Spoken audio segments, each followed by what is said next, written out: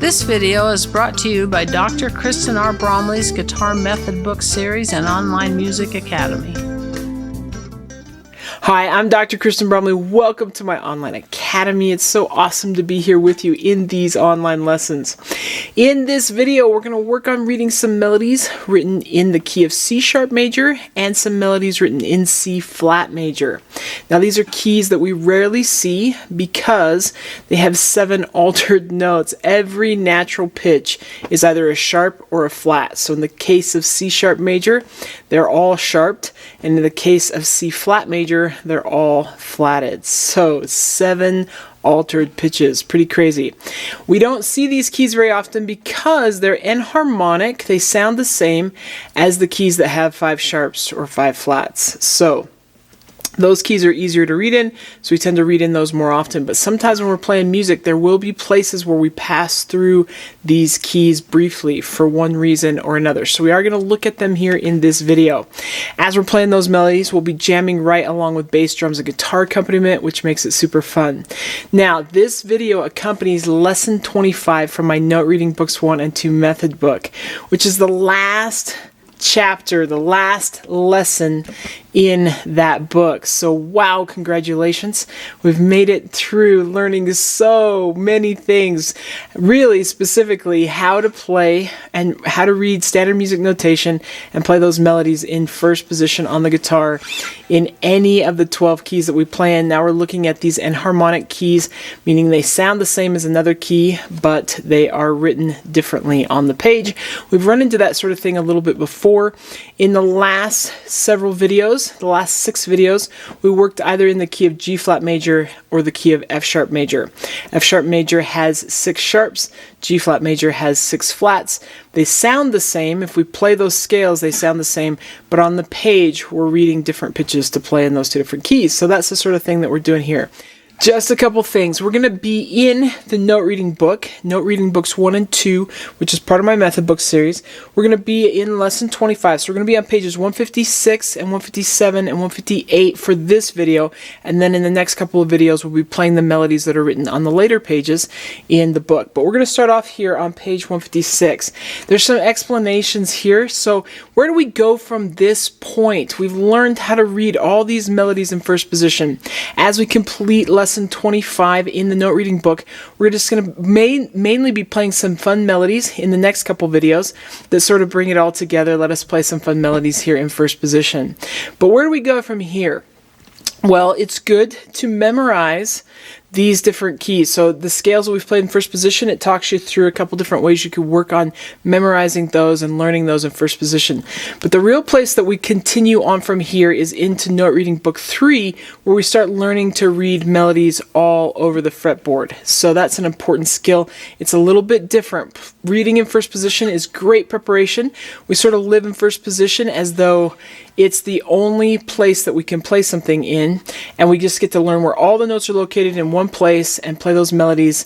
But when we get to the fretboard, some of these notes are located in more than one place along the fretboard. So when we read standard music notation, we need a system so we can find and decide where we're going to play those notes along the fretboard, because not all the music that we play will have it diagrammed out which position we should play in.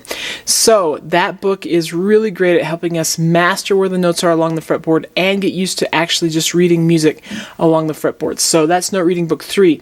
But that's where you could go after this book. Here in this video, though, I'm going to skip past. We're not going to review the scales. You can do that on your own through any of those videos. And I'm not necessarily going to go over enharmonic keys more than I have, but there is an explanation there at the bottom of page 156. What we're going to do is just go ahead and jump in with playing these songs on page 157 and 158. So 7 flats for the key of C flat, 7 sharps for the key of C sharp. Every note is played as a sharp, every note is played as a flat. We're familiar with where all these notes are located. Remember that flats are 1 fret lower than the natural note. We've done that a lot. And then for the open strings, we go down to the 4th fret of the string that's just lower than it, except when we are going from the 2nd string to the 3rd string. For that one, we just go to the 3rd fret. So for that B flat, we go to that 3rd fret. Kind of nice, we can actually play the chromatic scale on the guitar. If I start on that low E string, we've done this before, but we can just go up from the open string up to the 4th fret, and then we just continue all the way up, but on the 3rd string we just go to the 3rd fret, and then we can play all the way on that 4th fret, and you could actually continue up the fretboard if you wanted to. So those flats are at the 4th fret of the string, just lower than it. Everything else is just 1 fret lower than where the natural note is. For the sharps, it's 1 fret higher, so that's a little bit easier to find sometimes. For those open strings, that just means going to the 1st fret. So for the open strings, a little bit easier to find. We've done all these before, and we know where these are, and we just are going to know that we're going to have every single note is going to be flatted. So when we play there on page 157, numbers 1, 2, and 3, we're going to be playing in the key of C flat. So every single note will be played as a flat. Now if you were to dismiss with that key signature, you could play the song in the key of C major, but that would be in a different key, and we're going to play in C flat. So we'll do that. And then over on page 158, we'll do C sharp. So every note is going to be played as a sharp. Each one of these songs is going to happen twice per our usual, first at a slower tempo and then at a faster tempo. We're going to jam right along with that band track. So we've done so much playing, we're just going to go ahead here and play these melodies together.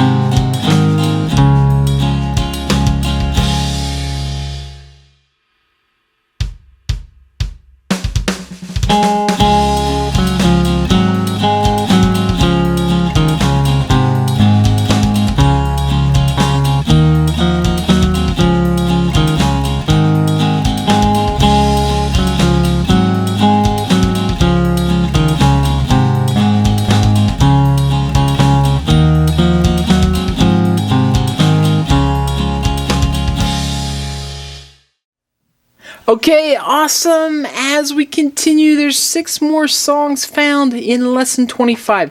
These songs, of course, are just back to more familiar key signatures, easier key signatures. They may have some accidentals here and there as well, but these songs are a little bit more challenging than some of the ones we played previous, so just get to finish off with some nice challenging melodies here. So in the next 2 videos, we'll be playing the rest of the songs found in lesson 25. It's going to be fun. Take care, and I'll see you again. Thanks for watching this video. If you found it helpful, please hit the like button and subscribe to the channel. And be sure to check out more great content. You can find more information about me and my products at KristenBromley.com. Take care.